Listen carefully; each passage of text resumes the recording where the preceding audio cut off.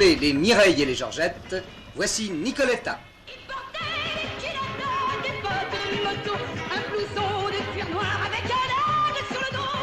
Sa moto qui partait comme un boulet de canon.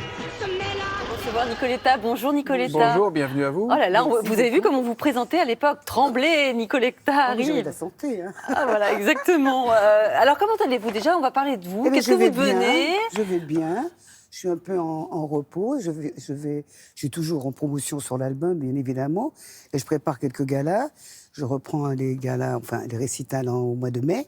Alors on montre ce nouvel album. Très belle photo, hein. Très très belle photo, exactement. Nicoletta, Amours et pianos. On va retrouver vos plus grands classiques. Oui. On va aussi retrouver un duo inédit avec Marina Kaye. Oui. Donc la nouvelle génération qui se joint à Oui, vous. oui, je trouve qu'elle a une voix merveilleuse et beaucoup de talent. En plus, elle est jeune, 22 ans, et je lui promets vraiment une belle carrière.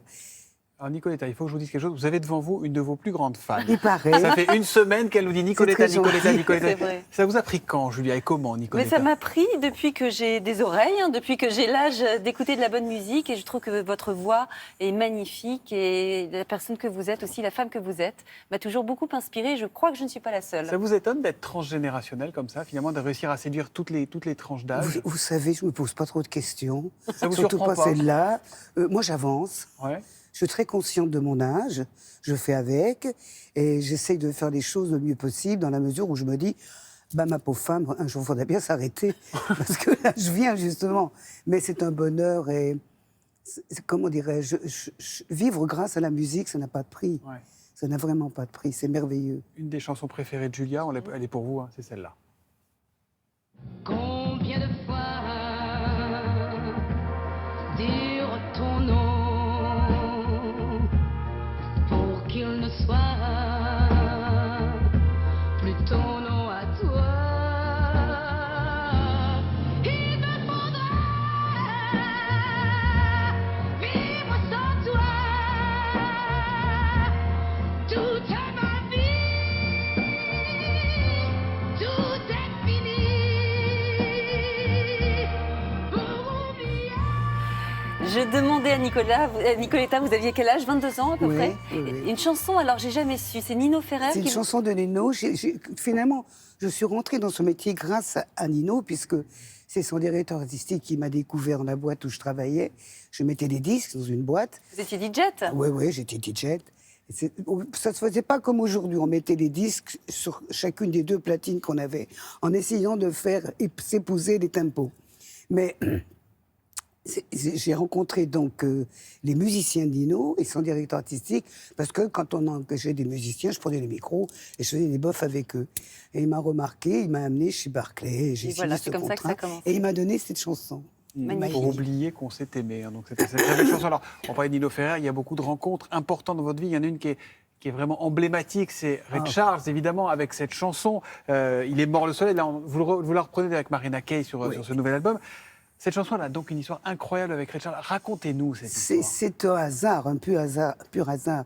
J'ai chanté au Canada pendant 15 jours. Ouais. J'avais sorti mon premier album, ça marchait. Et c'est surtout l'émotionnel qui marchait. Ça ne marchait pas en France.